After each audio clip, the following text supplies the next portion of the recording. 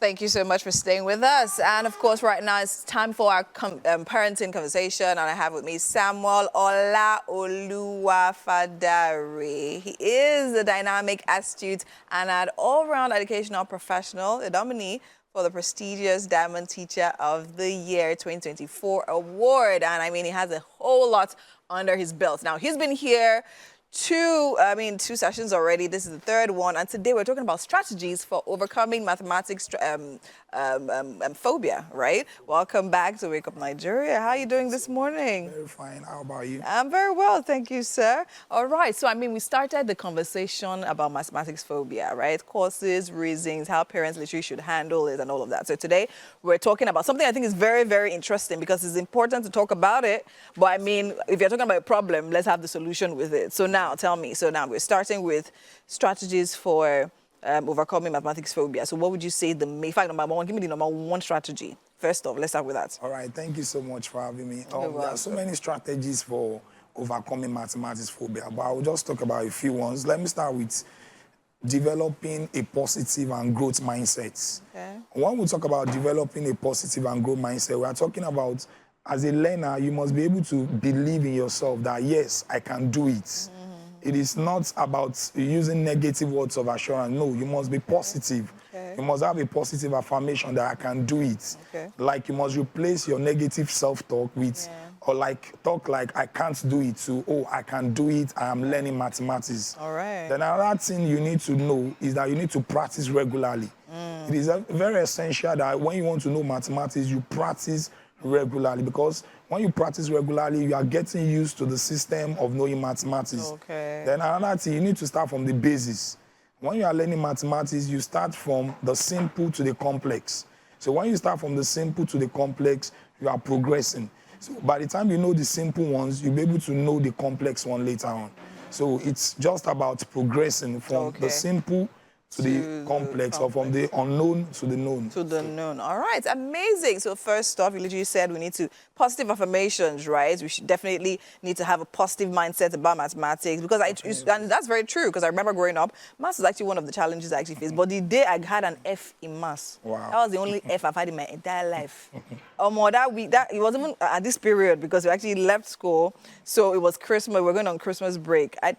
Christmas, I was carrying book. New Year, I was carrying book. And it wasn't a situation that my parents had to put on me.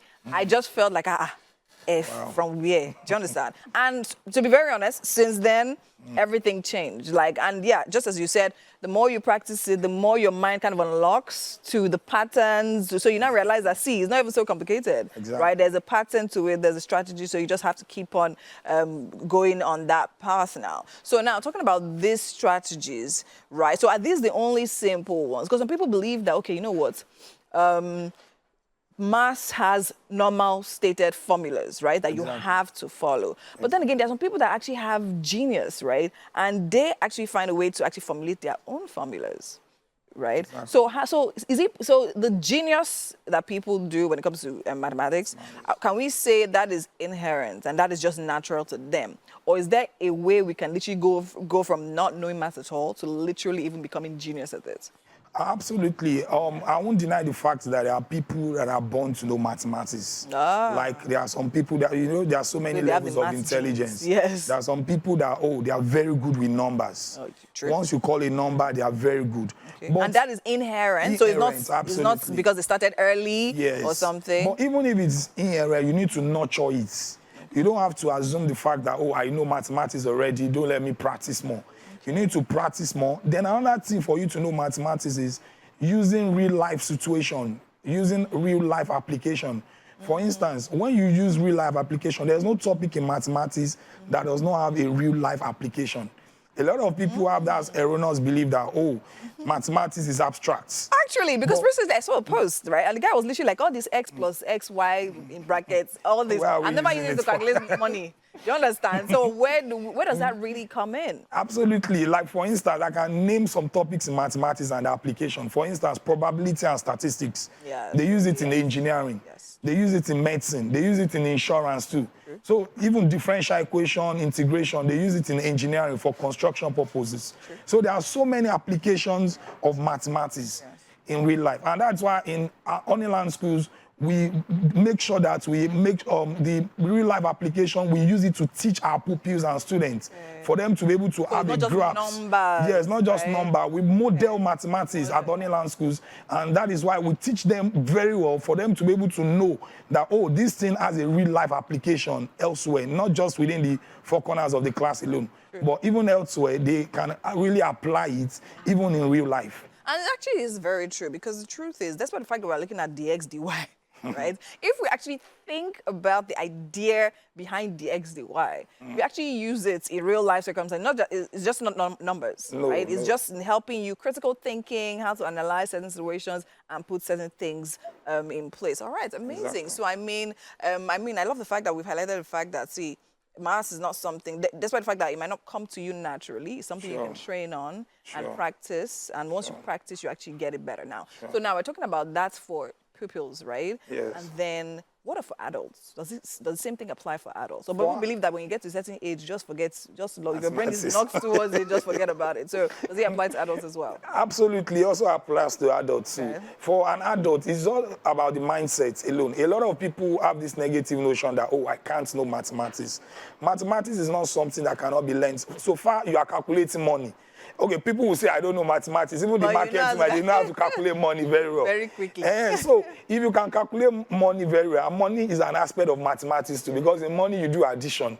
Everybody do addition daily. You should add money. Yes. The idea of money. Money. Like until you call monies for adults before they grasp mathematics sometimes. So, but as an adult, you can also learn mathematics. You can also know mathematics. Then you must also seek help. For instance, you must seek help. When you don't know mathematics, you can seek help. Okay. So when you talk about help, what do you mean? Yes, when I mean help, I mean like people that are mathematics professionals, like myself. You can seek help. Like, oh, I don't know mathematics.